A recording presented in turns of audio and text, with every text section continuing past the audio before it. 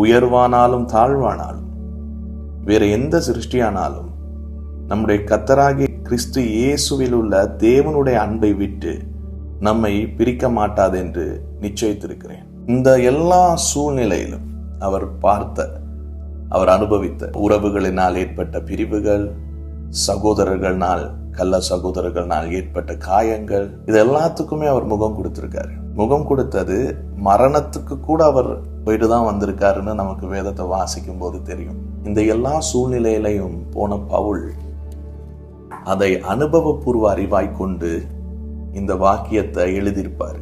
கர்த்தராகிய இயேசு கிறிஸ்துனுடைய கிருபை அந்த சூழ்நிலையில் அவர் உணர்ந்திருக்காரு.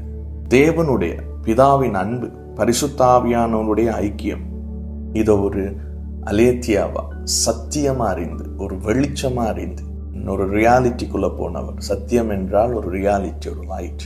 அதுக்குள்ள போன பவுல் அவருடைய ஜீவனில் இருந்து அதை எழுதுறாரு இந்த வாக்கியத்தை. எல்லா சூழ்நிலையில நீங்க ஒன்றை ஞாபகம் வைத்துக் கொள்ளுங்க. பிதாட அன்பு உங்க கூட இருக்கும், கிறிஸ்து இயேசுவின் கிருபை உங்க கூட இருக்கும், பரிசுத்த ஆவியானவருடைய நெருக்கம் உங்க கூட இருக்கும். திரியேக குடும்பம் எப்போதுமே உங்க கூட இருக்காங்க. அதை நீங்க மரணத்துல முகம் கொடுத்தாலும், மரண சூழ்நிலைகளாகட்டும், பசியாகட்டும், இழப்புகளாகட்டும், உபத்திரவங்களாகட்டும், உயர்வாகட்டும், தாழ்வாகட்டும், எல்லாத்துலயும் அவங்க கூட இருக்கிறாங்க. நீங்க தனிமையா இல்லை. இதை அறிந்த இயேசு சொல்லுகிறார், நான் தனித்திறேன், பிதா என்னோடு கூட